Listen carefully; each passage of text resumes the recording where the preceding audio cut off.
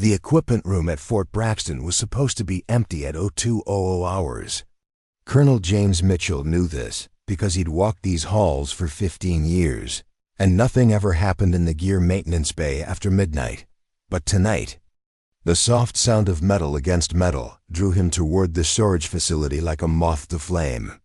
What he discovered there would shake the very foundations of everything he thought he knew about the quiet woman who'd been working under his command for the past 8 months.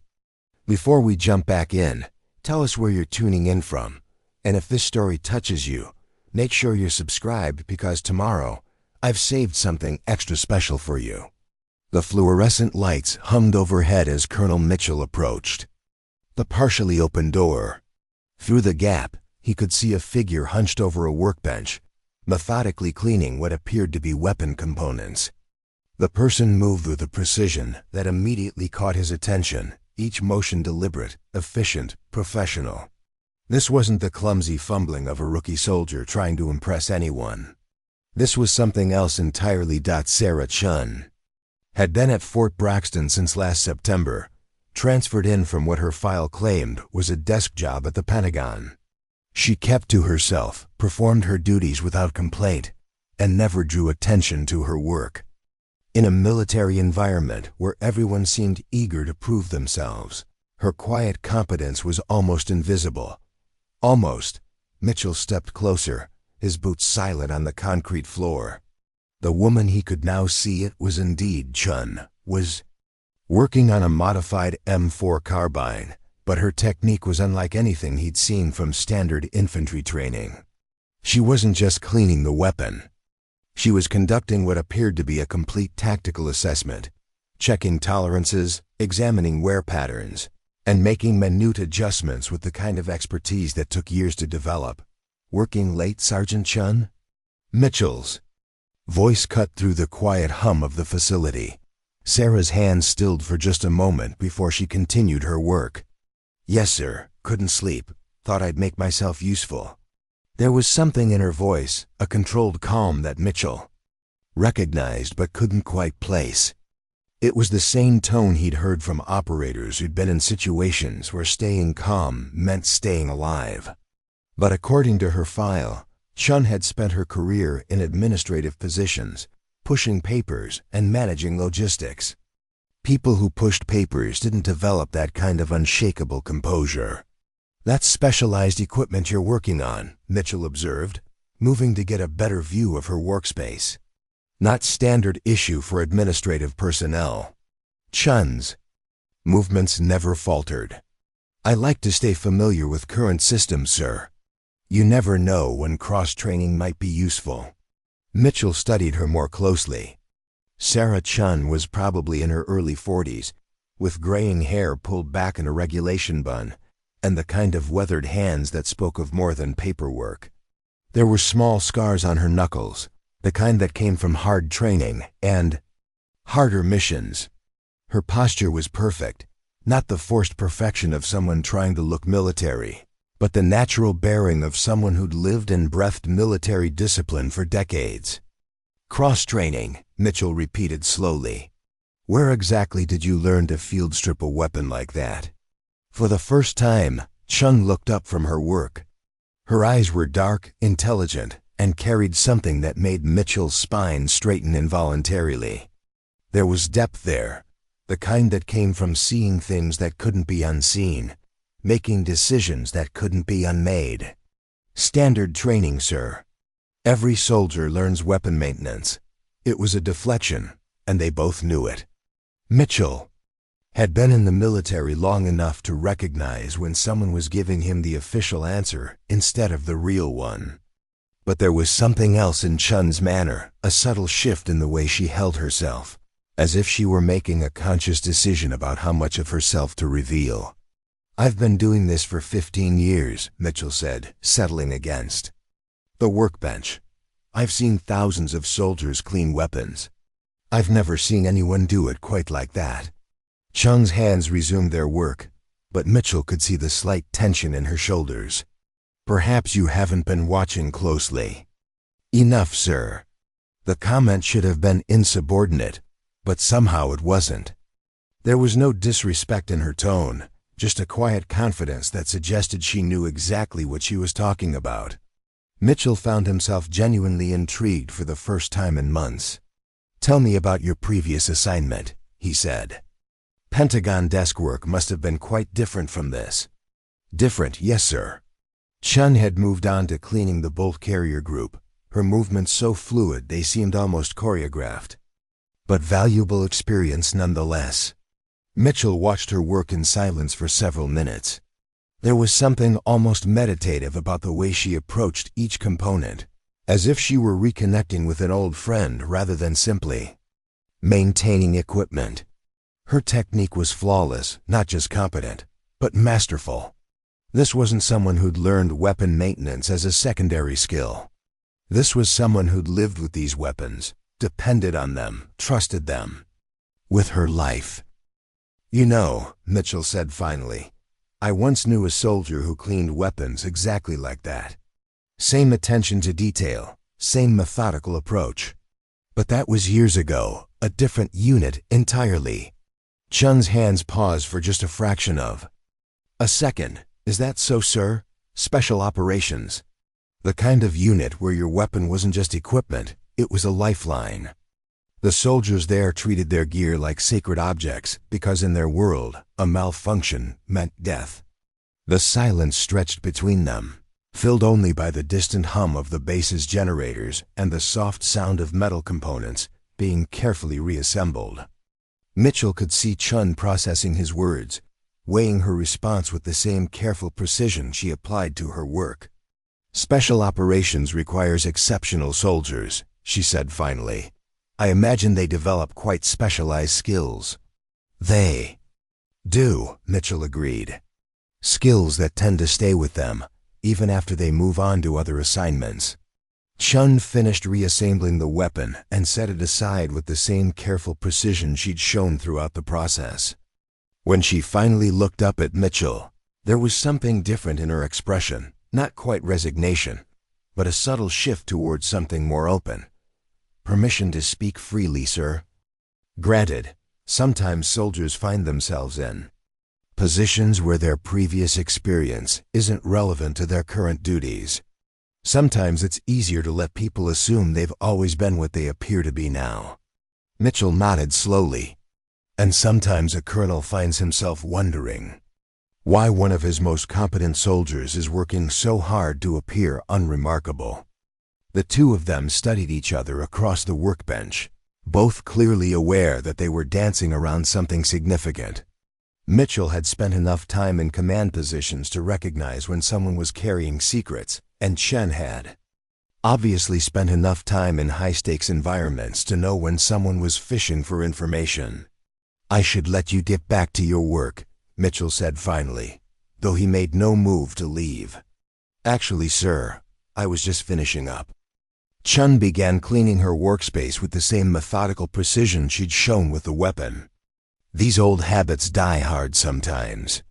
"Old habits from Pentagon desk work?"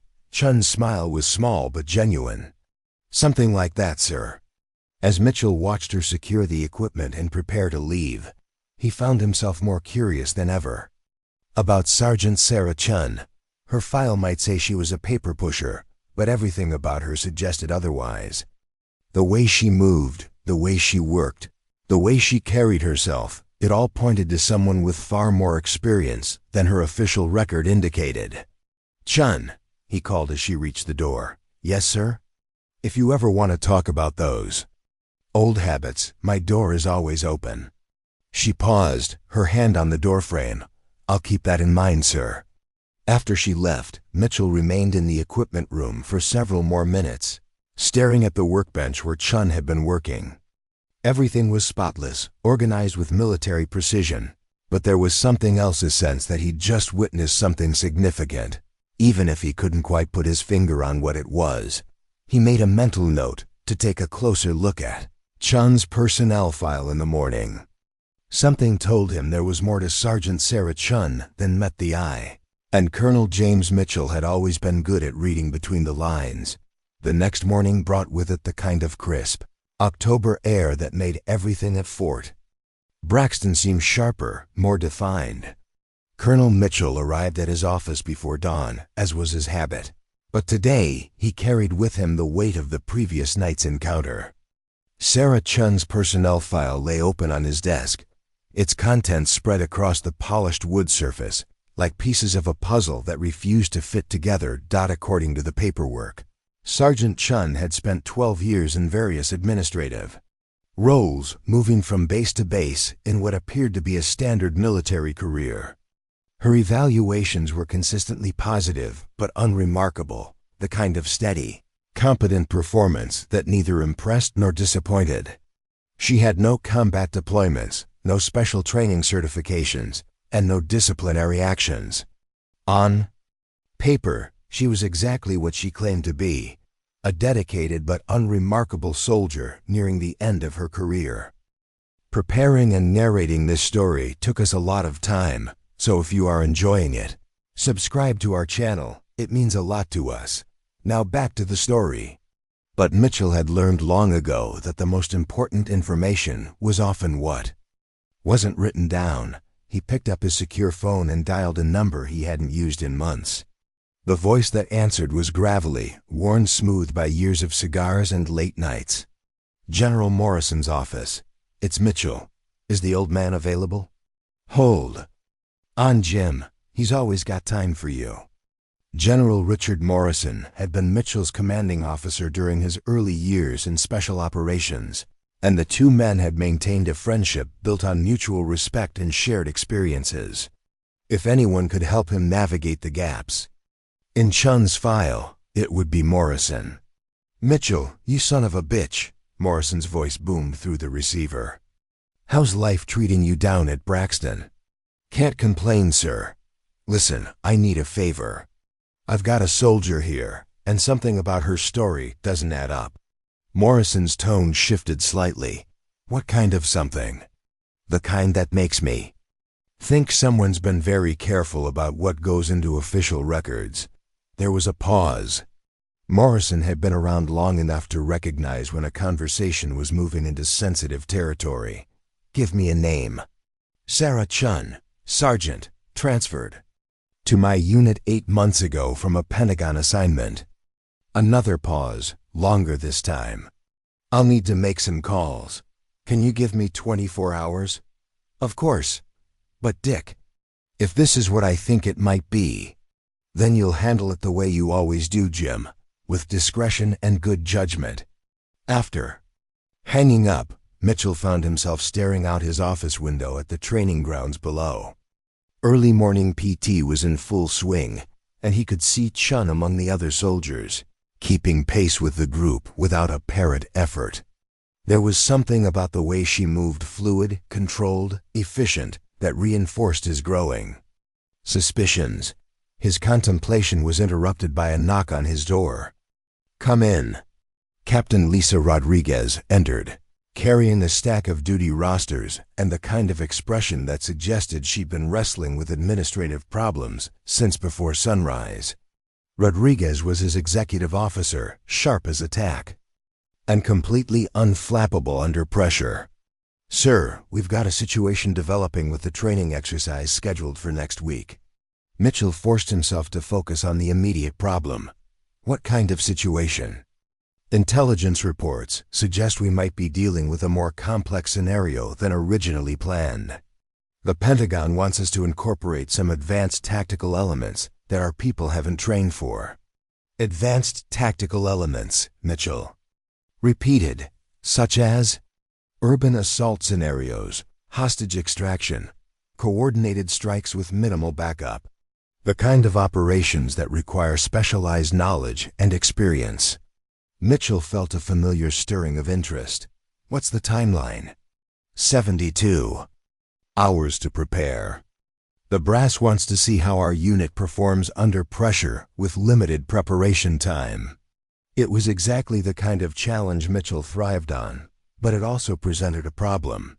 His unit was good, solid, dependable, well-trained, but they weren't special operations. They were conventional forces with conventional training, and asking them to perform specialized missions on short notice was asking for trouble.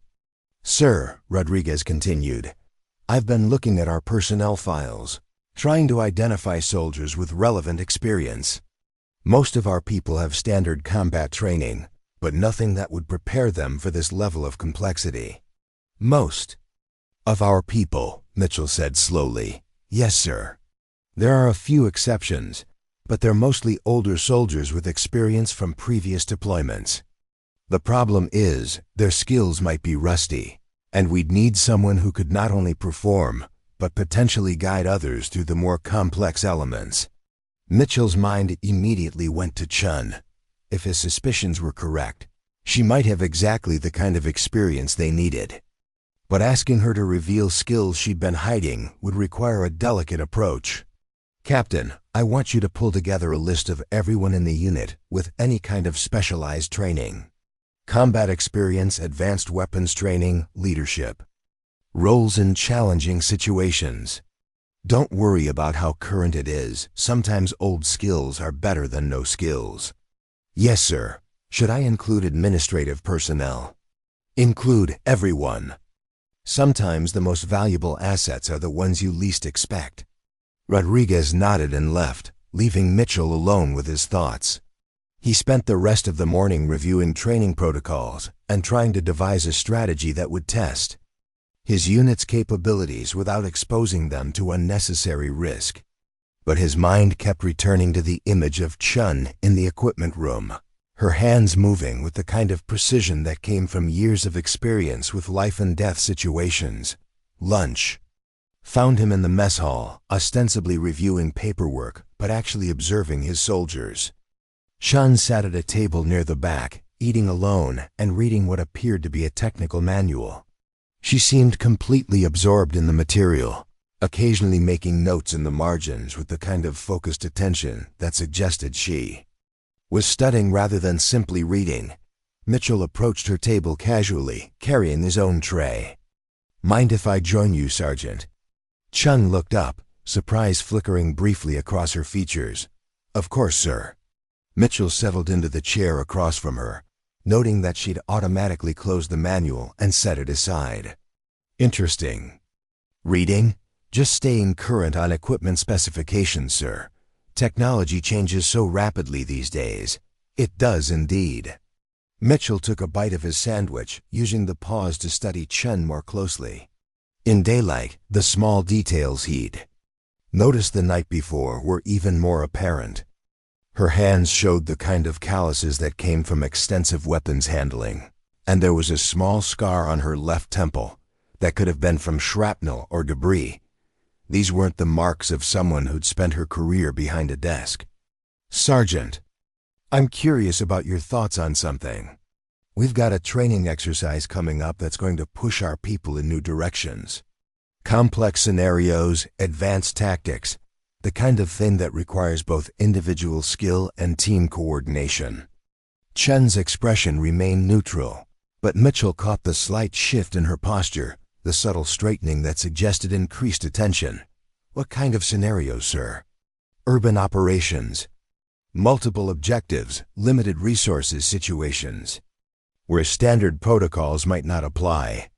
The kind of thing where experience and adaptability are more valuable than strictly following the manual." Chun nodded slowly. "Those can be challenging situations. Success often depends on having people who can think on their feet and adapt to changing circumstances." "Exactly. And I've been thinking about how to best utilize the talents we have available. Sometimes the most valuable contributions come from unexpected sources." They ate in comfortable silence for a few minutes, both clearly aware that they were engaged in a careful dance of information and implication.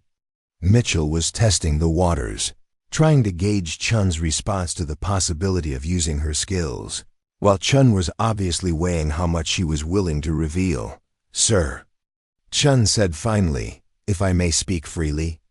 "Always." Sometimes soldiers find themselves in positions where their previous experience could be valuable, but revealing that experience might complicate their current situation. Mitchell set down his sandwich and leaned forward slightly.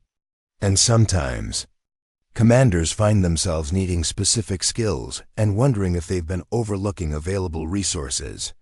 Chun met his gaze directly. Hypothetically speaking, if a soldier had relevant experience but preferred to keep it private, how might a commander handle that situation? Hypothetically, Mitchell replied, a good commander would respect that soldier's privacy while making it clear that her contributions would be valued and her discretion would be maintained. The silence stretched between them, filled with the background noise of the mess hall, but somehow feeling completely private. Mitchell could see Chun processing his words, weighing options, making the kind of careful calculation that experienced operators learn to make instinctively. The training exercise, Chun said finally. When does it begin? 3 days. We'll be working with scenarios that our people haven't encountered before.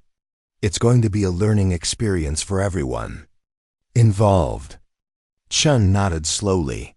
Learning experiences can be valuable, sir, for everyone involved. As Mitchell finished his lunch and prepared to leave, he felt a growing sense that the conversation had been more significant than it appeared on the surface. Chun had given him what he needed, not a full confession, but an acknowledgement that she understood what he was asking and was willing to consider his request. Sergeant, he said as he stood to leave, I'll be reviewing personnel assignments for the exercise over the next day or two. If you have any thoughts about how best to utilize our available resources, I'd welcome your input. I'll give it some consideration, sir. Mitchell left the mess hall with the distinct impression that the real conversation was just beginning. Chun had revealed enough to confirm his suspicions without committing herself to anything specific. It was exactly the kind of careful professional response he would have expected from someone with advanced training. Now he just had to wait for Morrison's call and see if his growing certainty about Sarah Chun's true background would be confirmed. By official channels, General Morrison's call came at 0530 hours, precisely when Mitchell had expected it. The general was notorious for his early morning habits, and sensitive conversations were always handled before the rest of the Pentagon stirred to life. Jim, we need to talk. Are you on a secure line? Mitchell switched to his encrypted phone. Go ahead, Dick. Sarah Chun, or should I say Major Sarah Chun, formerly of the 75th Ranger Regiment and later attached to Delta Force as a tactical operations specialist. Mitchell felt his breath catch. Delta Force. That explained everything, the weapon handling, the composure, the way she carried herself like someone who'd seen combat in its most intense forms. Jesus Christ, Dick, what's she doing cleaning equipment at a standard infantry base? That's where it gets complicated. Morrison's voice carried the weight of someone delivering information he'd rather not share. 3 years ago, Chun was leading a high-value target extraction in Syria. The mission went sideways, bad intelligence, compromised location, the works. She managed to get her team out, but not before taking significant casualties. Mitchell closed his eyes, already knowing where this was heading. How bad? 3 KIA, including her second in command. Chun blamed herself, went through the usual psychological evaluations, but the brass deemed her fit for duty. She didn't agree with that assessment, so she requested transfer to administrative duties. More than that, she specifically requested assignment to conventional forces with no special operations connections. She wanted to disappear, Jim. Start over as just another sergeant with a clean slate. Mitchell absorbed this information, pieces of the puzzle finally clicking into place, and the Pentagon agreed. They owed her that much. 15 years of exemplary service, multiple commendations, Bronze Star with V device. If she wanted to step back from the sharp end, they were willing to accommodate. But they kept her real background classified. I need to know the basis only. Her current identity is legitimate. She really did work Pentagon logistics for 18 months before transferring to you. but her previous service record is sealed at the highest levels. Mitchell stared out his office window at the pre-dawn darkness. Dick, I need to know, is she still operational? Physically? Absolutely. Mentally? That's harder to say. The psychological profile suggests she's stable, but carrying significant guilt about the Syria mission. She's been maintaining her skills, staying in fighting shape, but she's made it clear she doesn't want to return to active operations. And if circumstances required it? Morrison's silence stretched for several seconds. Jim, what exactly are you dealing with over there? Mitchell explained the training exercise, the advanced tactical requirements, and his growing sense that Chun's skills might be exactly what his unit needed. Morrison listened without interruption, occasionally asking clarifying questions. So, you're asking me if it's appropriate to essentially blow her cover for a training exercise. I'm asking if it's fair to both her and my soldiers to pretend she doesn't have capabilities that could save lives. That's a hell of a question, Jim. And one that only she can answer. After the call ended, Mitchell sat in his office as the sun rose over Fort Braxton, casting long shadows across the training grounds. The weight of what he'd learned settled on his shoulders like a heavy pack. Sarah Chun wasn't just a soldier. With hidden skills, she was a decorated special operations veteran who'd voluntarily stepped away from a life that had cost her too much. The morning briefing for the training exercise was scheduled for 0800 hours. Mitchell had spent the intervening time reviewing the mission parameters and considering how to approach Chen with what he now knew. The exercise would simulate a hostage rescue scenario in an urban environment with multiple buildings, civilian actors, and time-sensitive objectives. It was exactly the kind of operation that required the expertise Chen possessed. The briefing room filled with his unit's leadership sergeants, corporals, and specialists who would be responsible for implementing whatever strategy they developed. Chun entered with the others, taking a seat near the back and maintaining the same quiet professionalism she'd shown for months. Ladies and gentlemen, Mitchell began, we have 72 hours to prepare for the most complex training exercise this unit has ever undertaken. The scenario involves a hostage situation in a mock urban environment with multiple buildings, unknown number of hostiles, and civilian populations. He outlined the basic parameters while watching his soldiers' faces. Most showed the kind of focused attention he expected, but a few displayed the uncertainty that came with being asked to perform beyond their training level. Chun's expression remained neutral, but Mitchell caught the subtle shift in her posture. That suggested she was analyzing the tactical situation. The success of this exercise will depend on our ability to adapt existing skills to new challenges. We'll be working in small teams, each with specific objectives that must be coordinated with overall mission success. Sergeant First Class Williams raised his hand. Sir, this sounds like the kind of operation that requires specialized training. Most of us have standard combat experience, but urban hostage rescue is a whole different animal. You're absolutely right, Sergeant. Which is why we're going to need to draw on every available resource and expertise within our unit. Mitchell's eyes found Chun's across the room. She was studying him with the same careful attention she'd shown during their previous conversations, clearly aware that something significant was happening. I'm going to be making some unconventional assignments for this exercise. People might find themselves in roles that don't match their standard job descriptions, but that will allow us to utilize the full range of talents available to us. After the briefing, Mitchell asked Chun to remain behind. When the room emptied, he closed the door and activated the white noise generator he used for sensitive conversations. Sergeant Chun, I had an interesting conversation with General Morrison this morning. Chun's face remained impassive, but Mitchell saw her hands tighten slightly on the folder she was holding. Yes, sir, he told me about Syria. About your previous service. About why you're here. The silence stretched between them, filled with the soft hum of the white noise generator. Chun's expression didn't change, but Mitchell could see her processing this new development, calculating her response. "I see," she said finally. "The question is, what do we do with that information?" Chun set down her folder with careful precision. "With respect, sir, I made my choice 3 years ago. I stepped away from that life for good reasons.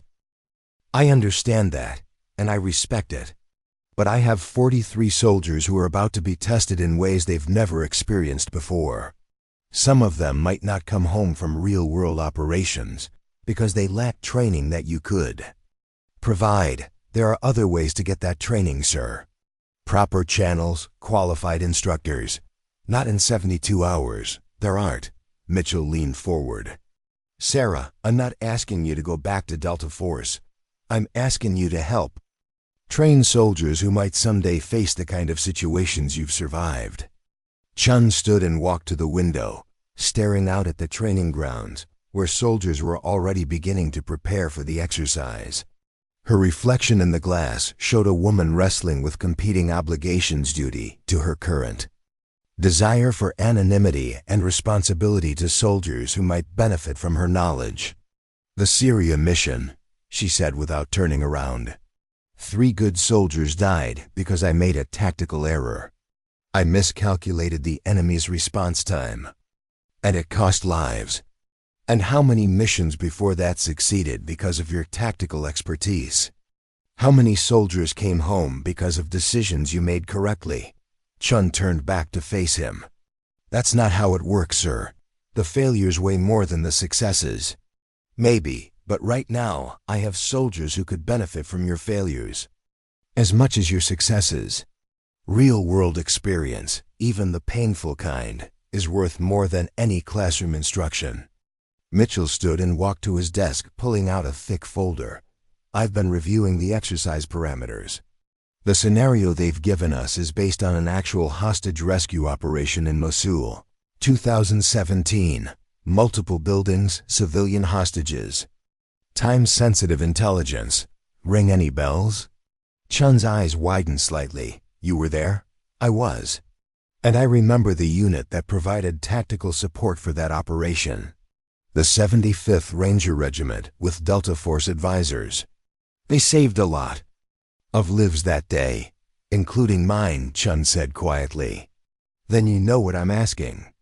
Not for you to become someone you've chosen not to be, but to share knowledge that could make the difference between success and failure for soldiers who are about to face something beyond their current capabilities."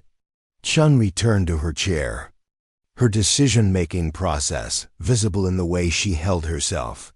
Mitchell had seen the same careful calculation in other operators, the weighing of competing priorities, the assessment of risk versus benefit. "If I agree to this," she said finally, "it stays within this unit. No reports up the chain, no recommendations for reassignment, no attempts to pull me back into operations. You have my word. And if the exercise reveals capabilities that raise questions about my background, then we'll handle those questions the same way we've handled this conversation, with discretion and respect for your choices." Chun nodded slowly. "What exactly are you asking me to do?" Mitchell felt relief wash over him. "Help me design a training program that will prepare our people for what they're about to face. Share the kind of tactical knowledge that can't be learned from manuals. And if you're willing, take a leadership role in the exercise itself." "A leadership role?" "Team leader for the primary assault element. The part of the mission that requires the most experience and the steadiest hand." Chun was quiet for a long moment, staring at her hands. When she looked up, Mitchell saw something in her eyes that hadn't been there before, not enthusiasm.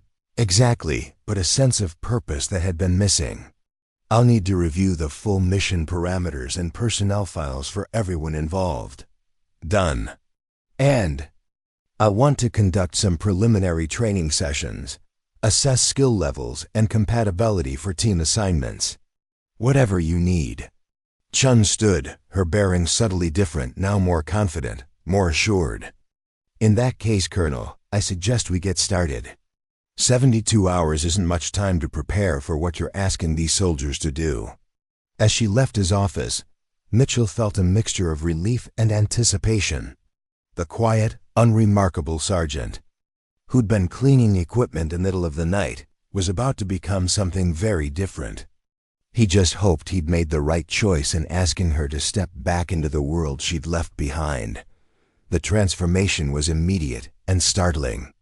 Within hours of their conversation, Sarah Chun had shed her invisible persona like a snake shedding skin. She moved through the base with purpose now, her stride confident and direct as she assessed facilities, reviewed personnel files, and began the complex process of turning conventional soldiers into a cohesive tactical unit. Mitchell watched from his office window as Chun conducted her first training session on the obstacle course. What had been a routine physical fitness exercise under normal circumstances had become something entirely different. She moved among the soldiers with the fluid grace of someone completely comfortable in her environment, offering corrections and demonstrations that revealed years of experience with advanced combat techniques. Private Martinez was struggling with a rope climb when Chun approached. Instead of the standard encouragement most instructors offered, she positioned herself beside him and demonstrated a technique that had him scaling the rope in half his previous time. The other soldiers gathered around, suddenly realizing they were witnessing something far beyond standard training. "She's different," Captain Rodriguez observed, joining Mitchell at the window. "I've been watching her work with the squads all morning. It's like someone flipped a switch. Sometimes people need the right circumstances to show their true capabilities." Mitchell replied carefully. Rodriguez nodded, though her expression suggested she suspected there was more to the story. "Whatever her background, she's already identified weaknesses in our tactical approach that I missed completely. She's reorganized 3 of the assault teams based on individual skill assessments I didn't even know we needed." Mitchell wasn't surprised. Chun had spent the previous evening reviewing every personnel file in the unit, cross-referencing combat experience, marksmanship scores, psychological evaluations, and leadership assessments. By morning, she'd produced a comprehensive analysis that redistributed soldiers based on capabilities Mitchell hadn't fully recognized. The most dramatic change was in the command structure itself. Chun had identified Sergeant Williams as having the tactical mindset necessary for urban operations, despite his lack of formal training. She'd paired him with Corporal Jackson, whose steady nerves and exceptional marksmanship made him ideal for overwatch positions. Most significantly, she'd created mixed teams that combined experienced soldiers with newer recruits in ways that maximized learning opportunities. "Sir," Rodriguez continued, "I've been in the Army for 12 years, and I've never seen anyone assess unit capabilities this quickly or this accurately. Where exactly did Sergeant Chun develop these skills?" Mitchell chose his words carefully. "She's had experience in complex operational environments. Sometimes that kind of background doesn't show up in standard personnel files." Rodriguez's expression suggested she understood the implications, even if she didn't know the specifics. "Should I be concerned about security clearances or need-to-know restrictions? Everything she's doing falls within appropriate boundaries. Focus on supporting her efforts and learning from her expertise." The afternoon brought the first full tactical exercise. Chun had selected a building complex on the base that approximated the urban environment they'd face during the actual test. The scenario was straightforward. Armed hostiles had taken civilians captive in a multi-story office building, and the assault team had to neutralize threats while minimizing civilian casualties. Mitchell positioned himself in the observation post Chun had established, watching as she coordinated the exercise with the kind of calm professionalism he'd seen in only the most experienced operators. She communicated through hand signals and brief radio transmissions, her voice carrying the authority of someone who'd done this countless times under real-world conditions. "Alpha Team, you're moving too fast." Chun's voice crackled through the radio. "In a real situation, that approach would get you killed and endanger the hostages." Slow down, clear each room methodically. Sergeant Williams acknowledged the correction and adjusted his team's approach. Mitchell could see the immediate improvement in their movement, more deliberate, more professional, infinitely safer. Bravo! Team, your overwatch position is compromised. You're silhouetted against the skyline. Relocate to the secondary position and maintain visual contact with Alpha's entry point. Corporal Jackson's team moved smoothly to their new location, demonstrating the kind of tactical flexibility that Chun had been drilling into them all morning. The exercise continued for 2 hours, with Chun stopping the action periodically to kufba, address specific issues, or demonstrate proper techniques. What impressed Mitchell most was her teaching method. She didn't just correct mistakes. She explained the reasoning behind each tactical decision, helping soldiers understand the principles that govern successful operations. The reason we don't rush into unknown spaces, she explained to the gathered soldiers after halting the exercise, isn't just about personal safety, it's about mission success. Dead soldiers can't complete objectives, and hasty decisions create cascading failures that endanger everyone. Private Chun, no relation to Sarah, raised her hand. Sergeant, how do you know when to take calculated risks versus playing it safe? Sarah's expression grew thoughtful. Experience teaches you to read situations quickly and accurately. But when in doubt, assume the worst-case scenario and plan accordingly. It's better to be over-prepared for a simple situation than under-prepared for a complex one. What about time pressure? Sergeant Williams asked.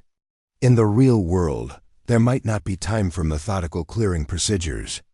Time pressure is psychological as much as tactical, Sarah replied. The feeling that you need to move faster often leads to mistakes that actually slow down the mission. A few extra seconds of careful planning can save minutes of dealing with complications. Mitchell found himself impressed not just by Chun's tactical knowledge, but by her ability to translate complex operational concepts into lessons that conventional soldiers could understand and apply. She was teaching them to think like special operations personnel without overwhelming them with techniques they weren't equipped to master. The evening debrief session revealed just how much the unit had absorbed in a single day. Soldiers who had seemed uncertain that morning were now discussing tactical principles with confidence, analyzing their own performance and identifying areas for improvement. Tomorrow will increase the complexity, Chun announced. Multiple entry points, civilian actors, time-sensitive intelligence. The goal is to stress test your decision-making under pressure. After the soldiers dispersed, Mitchell approached Chun as she packed up her equipment. Impressive work today. How are you feeling about their progress? Chun's expression was thoughtful. They're good soldiers with solid fundamentals. The challenge is accelerating their development without creating overconfidence. There's a fine line between competence and recklessness. You sound like you've dealt with that balance before. Training new operators was part of my responsibilities in my previous assignment. You learn to recognize when someone is ready for increased responsibility and when they need more time to develop. Mitchell nodded, filing away another piece of information about Chun's background. What's your assessment of our readiness for the actual exercise? Honestly, they'll perform better than expected, but not as well as they should. 72 hours isn't enough time to develop the kind of instinctive teamwork that complex operations require. We're essentially teaching them to think through problems they should be able to solve automatically. Will it be enough? Chun was quiet for a moment, clearly weighing her response. It depends on what they're actually testing. If it's basic tactical competence, yes. If it's advanced operational capability, we'll struggle. But they'll be safer and more effective than they would have been without this training. And if something goes wrong during the exercise, then they'll have someone with them who can make the necessary adjustments in real time. Chun's tone was matter-of-fact, but Mitchell heard the underlying commitment. I won't let them fail because of inexperience. Mitchell felt a surge of respect for the woman standing before him. She'd stepped away from special operations to avoid the weight of responsibility for others' lives. But when faced with soldiers who needed her expertise, she'd accepted that burden again without hesitation. "Sarah, I want you to know that what you're doing here matters, not just for the exercise, but for these soldiers' futures. The skills you're teaching them will make them better at everything they do." Chun nodded, but her expression suggested she was thinking about more than just training outcomes. "Colonel, can I ask you something?" "Of course." "The Syria mission I mentioned, do you know the details of what happened?" Mitchell considered his response carefully. "I know the official version. Extraction went bad, casualties were taken, but the mission was ultimately successful. The official version doesn't mention that I froze for approximately 8 seconds during the initial contact. 8 seconds where I should have been making tactical decisions, but instead was paralyzed by the complexity of the situation. By the time I regained my composure, the enemy had repositioned and my team was caught in a crossfire. And yet you got them out." "I got some of them out. The ones who died might have survived if I'd reacted faster, made better decisions under pressure." Mitchell understood now why Chun had been so reluctant to return to operational duties. "You know, that second-guessing. Tactical decisions is a luxury that only exists after the fact. In the moment, you make the best choices you can with the information available." That's what the counselors said. That's what the after-action reports concluded. But I know what I felt in those 8 seconds, and I know what it cost. And yet, you're here, training soldiers who might face similar situations, giving them the benefit of your experience, including your failures. Chun's smile was small but genuine. "Maybe that's the point. Maybe the best thing I can do with those 8 seconds is make sure someone else doesn't have to experience them." As they walked back toward the main building, Mitchell felt a new understanding of the woman beside him. She wasn't just a skilled operator who'd chosen to step away from combat operations. She was someone who'd found a way to transform personal failure into something that could benefit others. Tomorrow would bring new challenges, and the day after that would bring the actual exercise. But tonight, Mitchell was confident that his soldiers were in the best possible hands. The second day of training brought unexpected visitors to Fort Braxton. A convoy of black SUVs arrived at 0600 hours, disgorging a collection of Pentagon officials, training observers, and what appeared to be a film crew documenting the exercise for higher command. Mitchell watched from his office as the entourage made its way toward the administrative building, their presence adding a layer of pressure he hadn't anticipated. His phone rang within minutes. "Colonel Mitchell, this is Assistant Secretary Davies. I understand you've made some interesting personnel decisions for tomorrow's exercise." Mitchell's stomach tightened. "Sir, I've assigned soldiers based on their capabilities and the mission requirements." "I'm sure you have. I'm looking forward to seeing how your unit performs. I understand you have some unconventional training methods being employed." The call ended with polite but pointed language that made Mitchell's position clear. The exercise was being watched at the highest levels, and his decisions would be scrutinized accordingly. He immediately called Chun, who was conducting morning equipment checks with the assault teams. "We have a problem," he told her when she answered. "VIP observers from the Pentagon. They're here to watch the exercise." Chun's pause was barely perceptible. "How much do they know about the training modifications?" "Unknown. But they're asking questions about personnel assignments and training methods." "I see. Do you want me to step back to my previous role?" Mitchell considered the offer. It would be safer for both of them if Chun returned to her administrative duties and let the soldiers perform with their standard training. But looking out at the training grounds where his soldiers were moving with a confidence and professionalism they'd never displayed before, he made his decision. "Negative, we continue as planned. Just be aware that tomorrow's exercise has become more than a training evaluation. Chun's response was immediate and professional. "Understood, sir. I'll adjust accordingly." The morning training session took on new intensity as Chun pushed the soldiers through increasingly complex scenarios. She'd constructed a multi-building urban environment using shipping containers and plywood facades, complete with hidden threats, civilian actors, and time-sensitive objectives that required split-second decision-making.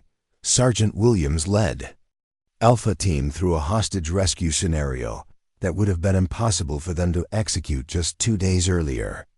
His movements were deliberate and confident as he coordinated with Corporal Jackson's Overwatch team, using hand signals and brief radio communications to maintain tactical advantage.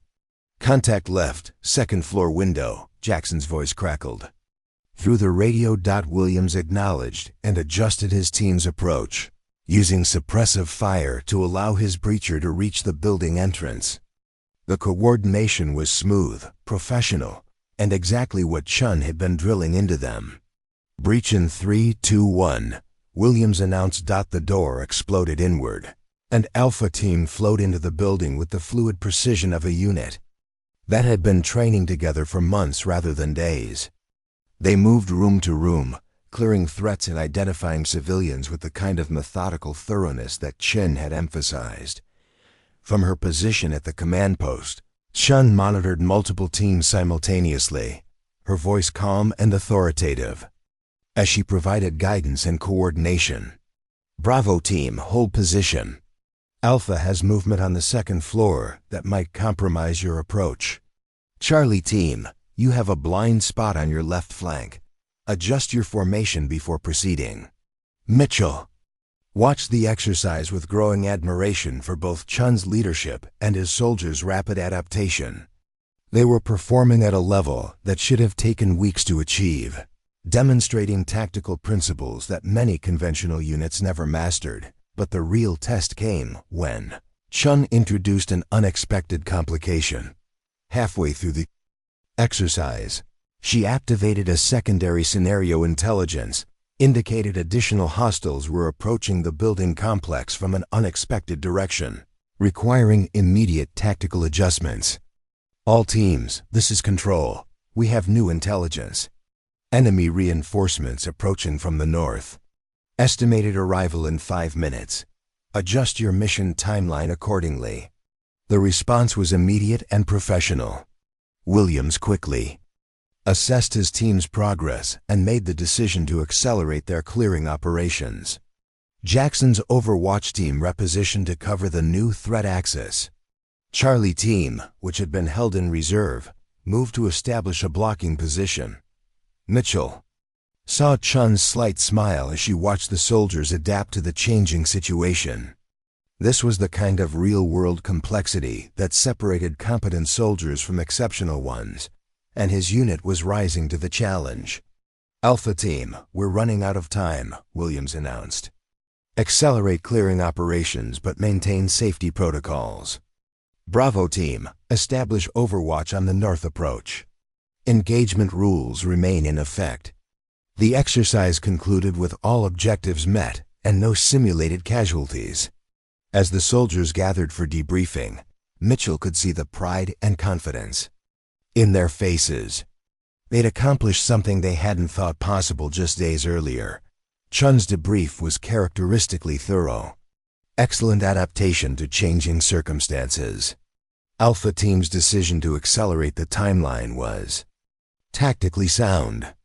Bravo Team's repositioning prevented potential casualties from the simulated reinforcements. Charlie Team's blocking position was professionally executed. But she didn't stop with praise. However, there were several instances where communication could have been clearer. "Sergeant Williams, your breach announcement was heard by adjacent teams, which could have compromised their operations in a real scenario. Corporal Jackson, your Overwatch reports were accurate, but could have been more concise." The soldiers absorbed the feedback with the kind of focused attention that demonstrated their commitment to improvement. Mitchell realized that Chun had accomplished something remarkable. She'd transformed a group of conventional soldiers into a tactical unit that could adapt and overcome complex challenges.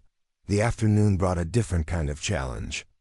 Assistant Secretary Davies requested a private meeting with Mitchell, ostensibly to discuss the exercise, but clearly intended to gather intelligence about the unit's preparation. "Colonel, I'm impressed by your soldiers' performance today. Their tactical coordination suggests training that goes beyond standard infantry capabilities." Mitchell chose his words carefully. "We've been fortunate to have access to soldiers with diverse backgrounds and experience levels. Cross-training and knowledge sharing can produce exceptional results. Indeed, I'm particularly interested in your training coordinator. Sergeant Chun appears to have remarkable instructional abilities." The conversation continued for 20 minutes, with Davies asking increasingly specific questions about Chun's background and training methods. Mitchell provided truthful but limited responses, walking the fine line between transparency and protecting Chun's privacy. After Davies left, Mitchell found Chun in the equipment bay, conducting final preparations for tomorrow's exercise. She was checking weapons, reviewing ammunition loads, and ensuring that every piece of gear met her exacting standards. "How did your meeting go?" she asked without looking up from her work. "Fishing expedition. They're curious about our training, methods, and personnel assignments." Chun nodded, her expression thoughtful. "I expected as much." Word travels fast in military circles when a conventional unit suddenly starts performing above expectations. "Are you concerned about exposure?" "I'm concerned about the soldiers," Chun replied. "They've worked hard to develop these capabilities. I don't want their achievements overshadowed by questions about my background."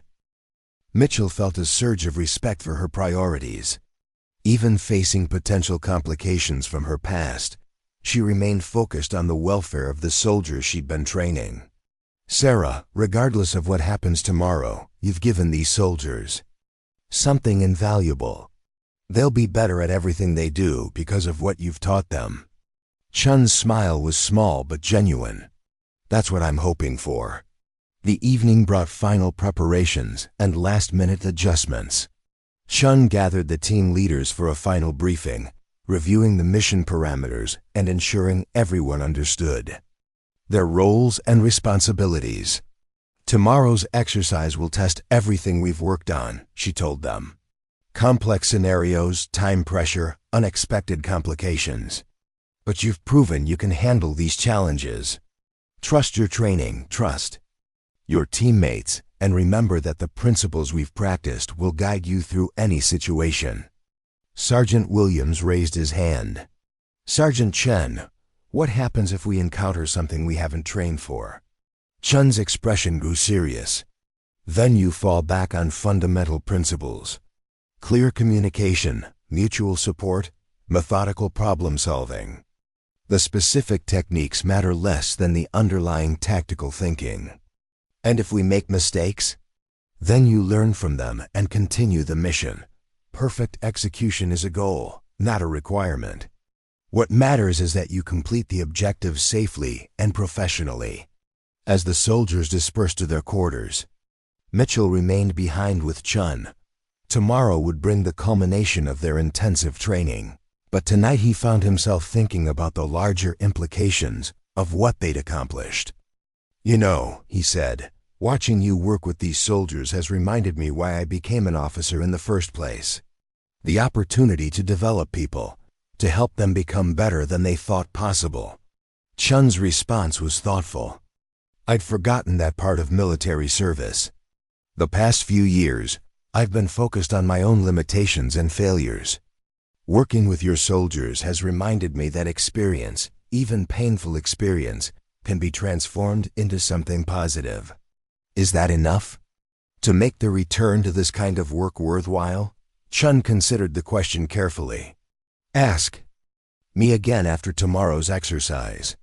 If we get through it successfully, if these soldiers perform the way I think they can, then yes, it will have been worth it." Mitchell nodded, understanding that tomorrow would be significant for both of them.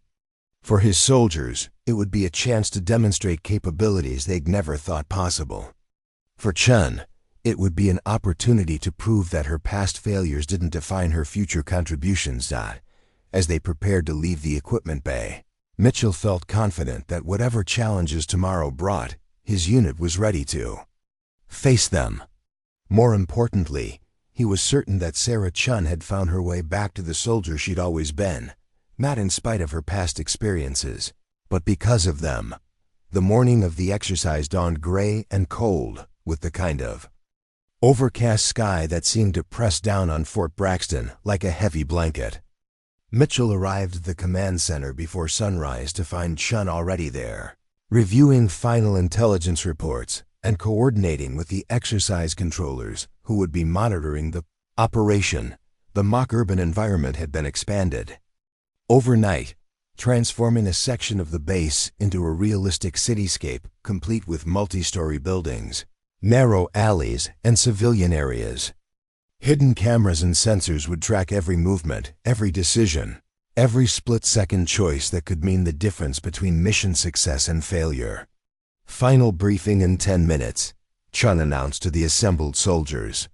Her voice carried the calm authority that had become familiar over the past 3 days, but Mitchell could see the tension in her shoulders. This wasn't just another training exercise, it was a test of everything she'd taught them, and by extension, a test of her own ability to transform failure into success. The briefing room filled with soldiers who looked fundamentally different from the ones who'd gathered here just days earlier. They moved with confidence, checked their equipment with professional competence, and displayed the kind of focused attention that marked experienced operators. Chun's influence was visible in every aspect of their preparation. The scenario is as follows, Chun began, her voice cutting through the morning quiet. Intelligence indicates that a terrorist cell has taken civilian hostages in a downtown office complex. The building contains multiple floors with unknown numbers of hostiles and approximately 20 civilian hostages. Your mission is to neutralize the threat and extract the civilians with minimal casualties. She activated a display showing the building layout and continued. What makes this scenario complex is that the hostiles are equipped with advanced surveillance equipment and have demonstrated tactical sophistication.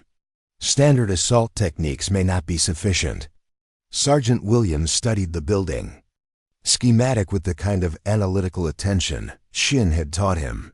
Ma'am, what's our intelligence on hostile positioning and civilian locations? Limited and potentially unreliable. You'll need to gather real-time intelligence as you proceed. This is designed to test your ability to adapt to incomplete information. Corporal Jackson raised his hand. What about rules of engagement? Civilian casualties will result in mission failure. Excessive force will be penalized. You must demonstrate precision and restraint while maintaining tactical effectiveness. The Pentagon observers had positioned themselves in the main command center, their presence adding weight to every word Shin spoke. Mitchell watched Assistant Secretary Davies taking notes, clearly documenting the briefing for later analysis. Team assignments remain as we've practiced, Chun continued. Alpha Team will conduct the primary assault under Sergeant Williams' leadership.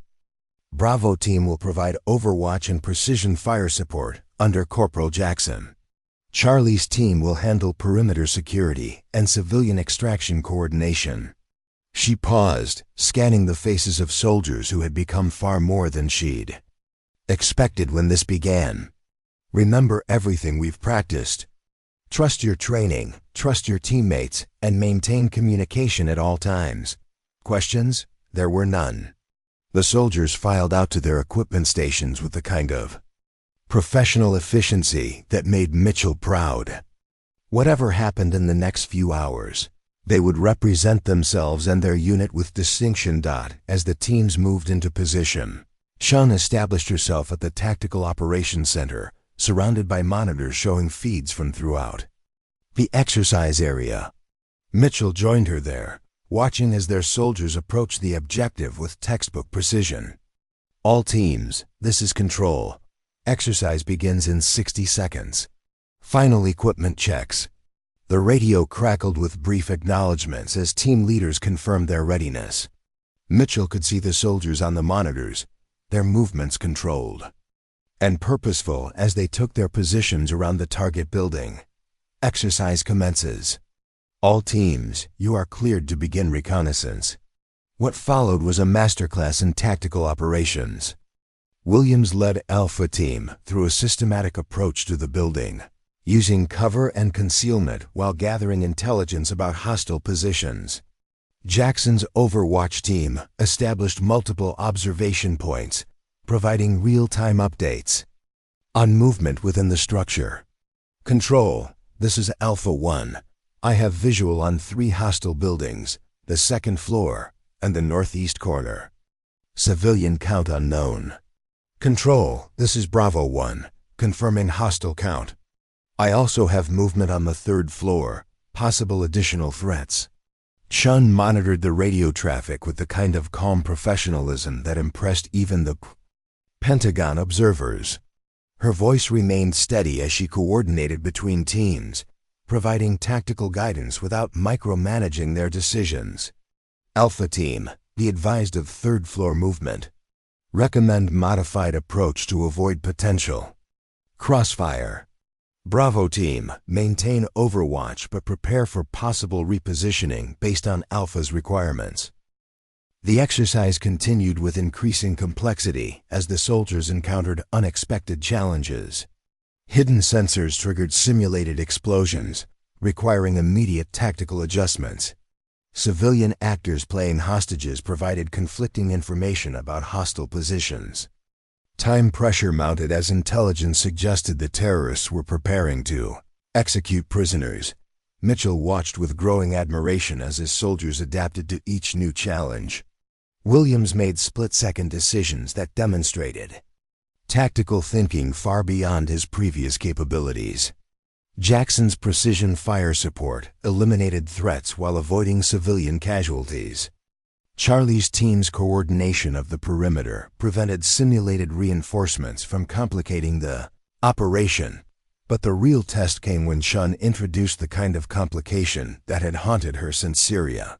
Halfway through the building clearance, she activated a scenario that simulated communication breakdown between teams, the kind of situation where hesitation could prove fatal. All teams, this is Control. Communications are compromised. Switch to backup frequencies and maintain visual contact where possible. The response was immediate and professional. Williams quickly established hand signals with his team and continued the assault without missing a beat. Jackson's Overwatch team adapted their reporting procedures to maintain coordination. Charlie's team established relay positions to maintain contact between separated elements. Mitchell saw Chun's expression change as she watched the soldiers handle the crisis. This was the moment she'd been dreading, the point where her past failures might be repeated by the soldiers she'd trained.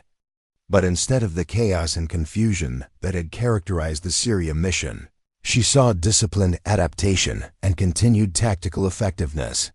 Alpha Team has reached the hostage location, Williams reported through the backup communication system, preparing for the final assault. Bravo Team in position to provide precision support.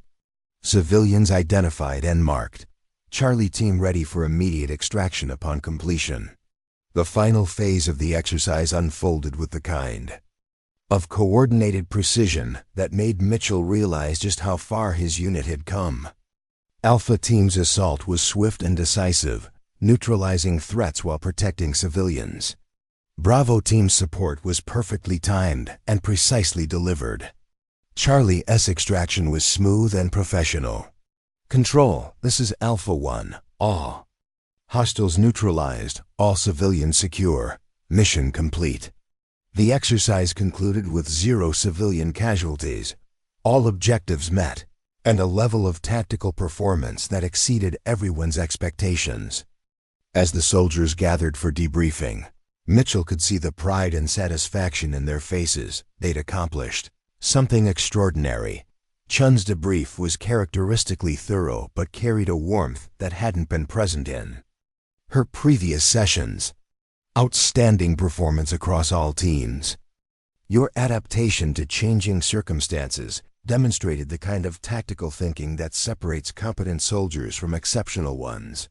She paused, looking at each soldier individually. More importantly, you proved that intensive training and mutual support can overcome any challenge. You should be proud of what you've accomplished.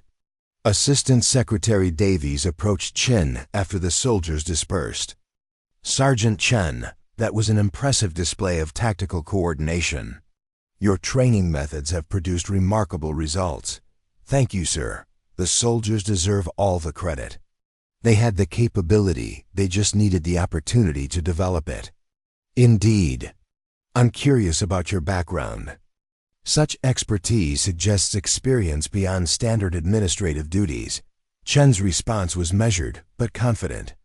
I've been fortunate to serve in various capacities throughout my career. Each assignment has contributed to my understanding of tactical operations. Davies studied her carefully. I'm sure it has. I suspect we'll be hearing more about your unit's capabilities in the future. After the Pentagon delegation departed, Mitchell found Chun in the equipment bay, where their conversation had begun just days earlier. She was conducting post-exercise equipment checks with the same methodical precision she'd shown that first night. How do you feel about how it went? Mitchell asked. Chun looked up from her work, her expression thoughtful. Better than I'd hoped. The soldiers performed exceptionally, and more importantly, they proved they can handle complex situations without the kind of hesitation that cost lives in Syria. And how do you feel about returning to this kind of work? Chun was quiet for a long moment. I'd forgotten what it felt like to see soldiers succeed because of training rather than failing because of inadequate preparation. These past few days have reminded me that experience, even painful experience, can be transformed into something positive. Mitchell nodded, understanding that Chun had found her way back to the soldier she'd always been. What happens now? Davies was clearly interested in your capabilities. I imagine there will be questions and opportunities. But for now, I'm content to continue developing the soldiers in this unit. They've shown they can achieve remarkable things with proper guidance. And if those opportunities involve returning to more specialized duties, Chun's smile was small but genuine. Then I'll face them with the confidence that comes from knowing failure doesn't define capability. These soldiers taught me that as much as I taught them. As they finished securing the equipment, Mitchell reflected on the transformation he'd witnessed. Sarah Chun had emerged from her self-imposed exile, not as the same person who'd left special operations 3 years earlier, but as someone who'd learned to transform personal failure into professional success. The quiet, unremarkable sergeant, who'd been cleaning equipment alone in the middle of the night, had become something far more significant, a leader who could inspire others to achieve capabilities they'd never imagined possible. You know, Mitchell said as they prepared to leave, I have a feeling this is just the beginning for both you and these soldiers. Chun's response carried the kind of quiet confidence that had been missing from her voice for 3 years. I hope you're right, sir. I really do. As they walked back toward the main building, Mitchell realized that sometimes the most important discoveries weren't made in dramatic moments of crisis, but in quiet conversations between soldiers who understood that true strength came from the ability to transform failure into wisdom, and wisdom into the kind of leadership that changed lives. The equipment room would be empty again tonight, but Sarah Chun would never again be the invisible soldier she'd tried to become. She'd found her way back to the warrior she'd always been, and in doing so, had created warriors out of soldiers who'd never imagined they possessed such capabilities. The story had come full circle, but it was also just beginning. Up next, you've got 2 more standout stories right on your screen. If this one hits the mark, you won't want to pass these up. Just click and check them out. And don't forget to subscribe and turn on the notification bell so you don't miss any upload from U.S.